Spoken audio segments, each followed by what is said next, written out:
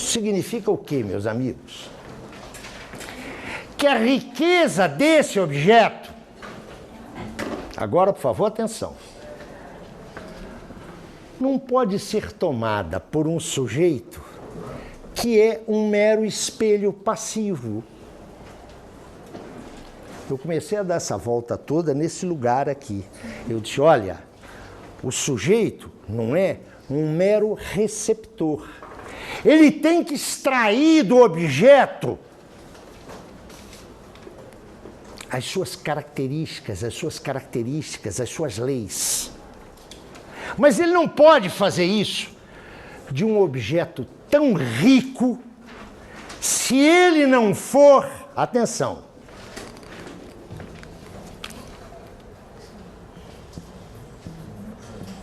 um sujeito rico. Me chamaram para uma banca lá na PUC. Eu já vou avisando, não me convidem para a banca. Eu sou muito educado, muito respeitoso, mas normalmente sou um estraga-festa. Onde uma moça de uma área das ciências sociais fazia uma discussão sobre uma certa modalidade de representação de um fenômeno social que na época era significativo, não é? Eu estou lendo e não encontro uma citação de Durkheim na tese. Uma única. A tese é arrumadinha.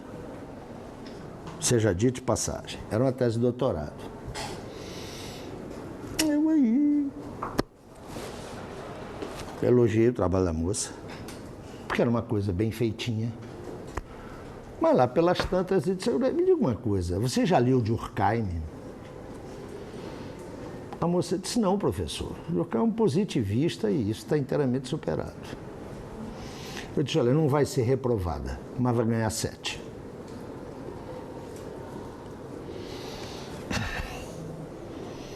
É inacreditável que uma pessoa fale em representação social sem recorrer a um ensaio de Durkheim de 1897 sobre as representações sociais. Pode-se questionar a concepção durkheimiana de representação social. Mas vim querer me apresentar essa ideia como dernier cri, a coisa mais up-to-date da sociologia, por favor, numa tese de doutorado, isso é. Agora, é claro que isso é uma exigência de um professor velho, né? Que acha que é importante reconstruir o caminho do passado. Mas não é um pedantismo, não é um eruditismo.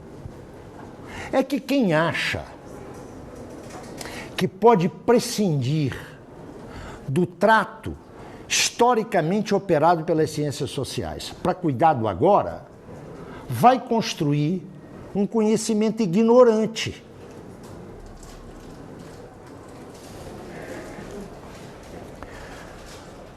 Esse é um sujeito pobre,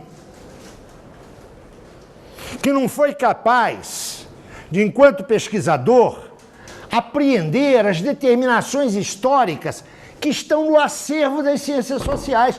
Pouco importa de onde elas vieram. E, ademais, me parece muito, quase que insultuoso dizer de Durkheim que ele é apenas um positivista, não é? Como se isso fosse desonroso. Notem, pesquisador ignorante, pesquisa medíocre. E é por isso que 90% das pesquisas hoje são descrições da realidade. Não tem nada de mal nisso, atenção. A descrição da realidade, o inventário da realidade é essencial para a pesquisa científica, ou se vocês quiserem teórica. É essencial. Mas isso não é produzir teoria, por favor.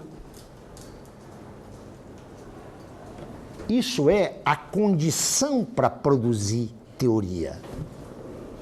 E com isso, fiquem sabendo vocês os atentados à elaboração teórica quando se exige que um mestrado seja feito, depois dos cursos de graduação que temos, em 18, 24 meses. Ou uma tese de doutorado escrita em 30, 45 meses. Foi falado aqui pela Ivanete, quando me apresentou, abriu essa sessão, na universidade pública. A defesa da universidade pública não é uma palavra de ordem vazia. A defesa da universidade pública, sobretudo num país como este, é a defesa de um dos poucos canais de mobilidade social, vertical, ascendente, que pobres têm. Tradução, é uma escada para subir na vida, para deixar de ser miserável. Mas ela é, sobretudo, o único lugar onde se pode fazer pesquisa. Eu não defendo essa universidade pública do jeito que ela está, não. Eu acho que ela precisa de uma modificação estrutural. Mas mesmo esta que aí está, ruim, muito pior será sem ela. É aqui a chance de tornar sujeitos ricos. O que é esse sujeito rico? É um sujeito culturalmente formado. Ninguém tem que ser especialista em assuntos gerais, mas tem que ter um mínimo de erudição. Não pode achar que a ciência social começa com seu professor. Ela tem uma história, ela tem um acervo.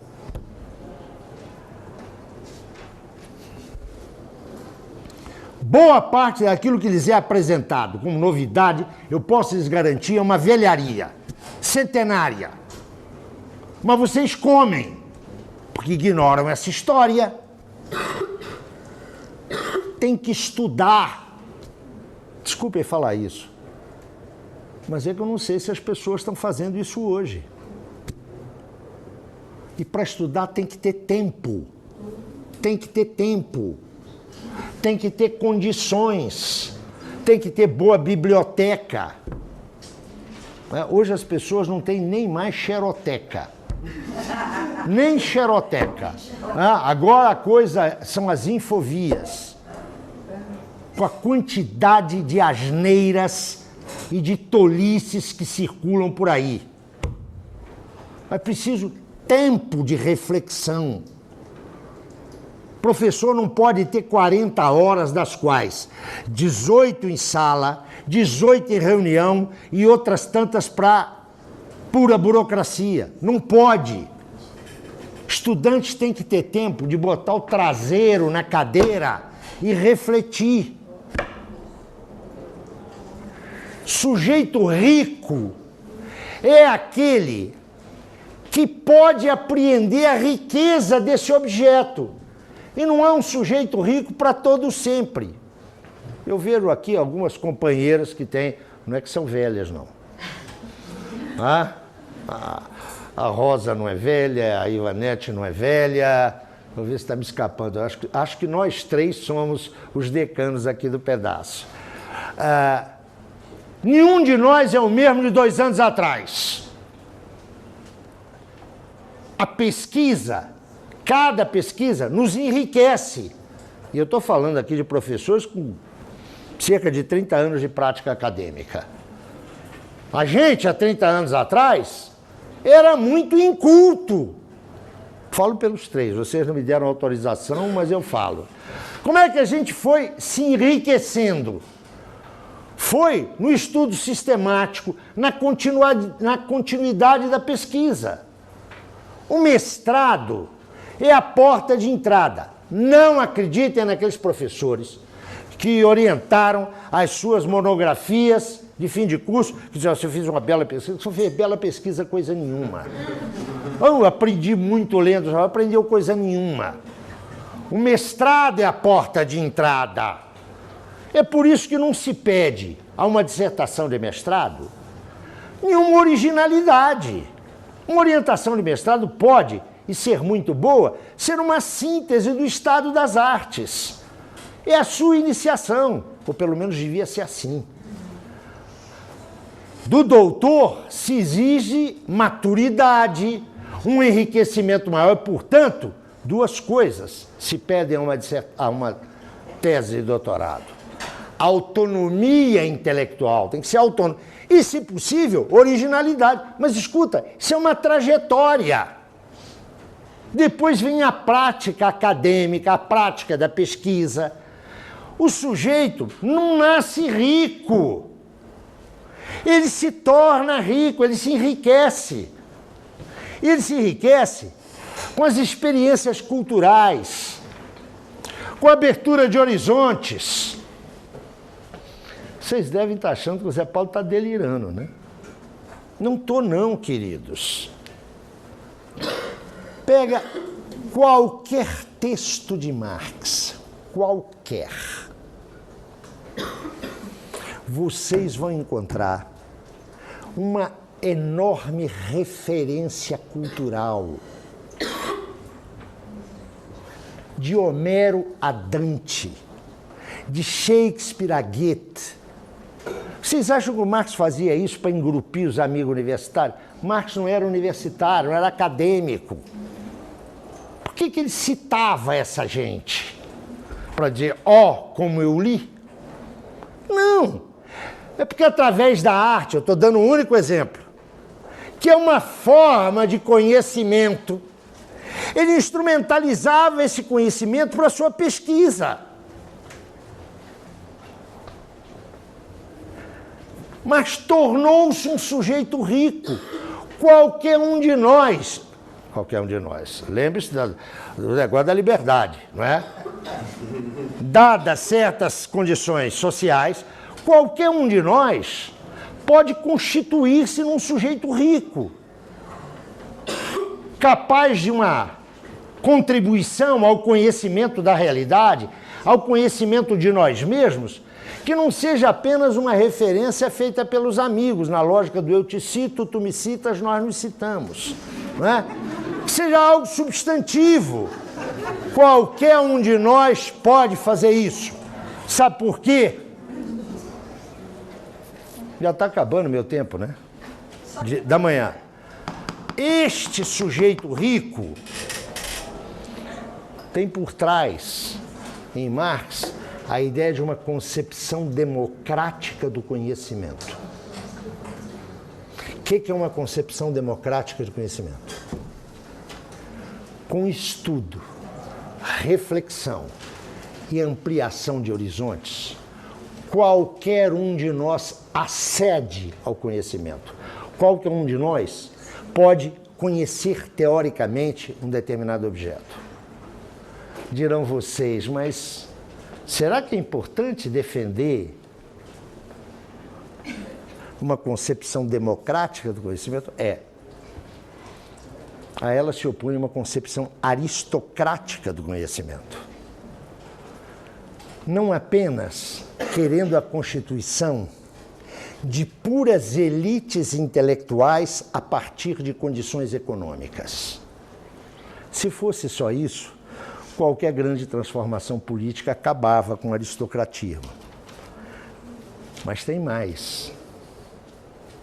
Tem aqueles que defendem a inspiração, a intuição. Essa moça escreveu uma tese inspirada. Não quero ler. Escuta, eu não estou brincando, não. Atenção. Eu não estou brincando. Quando a teoria só é dada aos eleitos, tem alguma coisa errada, não é? No domínio religioso, eu respeito isso, não é? Aos eleitos, aqueles a quem a divindade, Deus, fala diretamente. Não é? Lá no caso do Saulo, que é o caso mais conhecido, não é? E que ele sinceramente se converteu. O cara até hoje não conversou comigo. Mas isso não é grave. Agora, se eu começo a compreender a sociedade através de intuições, de inspirar, aqui não. Aqui é o árduo trabalho da pesquisa, que pode enriquecer um sujeito. Ninguém que mergulha na atividade de pesquisa seriamente, não pontualmente, mas a universidade é para instituir a pesquisa contínua, não pontual, ninguém sai da mesma maneira de uma pesquisa como entrou. Você se enriqueceu. Então, este sujeito aqui, ó, tem um papel extremamente ativo no processo do conhecimento. Ele não é um receptor, ele não é um espelho. Ele tem que se enfrentar com o objeto. É ele que realiza a reprodução do conhecimento. Mas atenção, ele não o faz arbitrariamente. É o objeto que determina o conteúdo do conhecimento. Dá para entender isso? O sujeito não põe nada no objeto, tira do objeto. Mas para tirar do objeto, ele tem que ter instrumentos que não estão lá no objeto. Estão no passado, estão no acervo, estão no patrimônio da área de conhecimento onde esse sujeito intervém. E é por isso que é necessário conhecer esse acervo. Não tem que conhecer a teoria da representação social do Durkheim para repeti-la, mas tem que conhecer para saber qual é o potencial de análise que ela oferece. Para puxar o exemplo para Marx, quem imaginar que vai ler todo Marx e vai encontrar solução para os problemas do capitalismo da entrada do século XXI, está completamente equivocado. Esse objeto, que foi o do Marx, 120 anos depois que Marx morreu, está metamorfoseado. Agora, quem quiser enfrentar esse objeto sem não conhecer Marx, não vai sacar nada dele.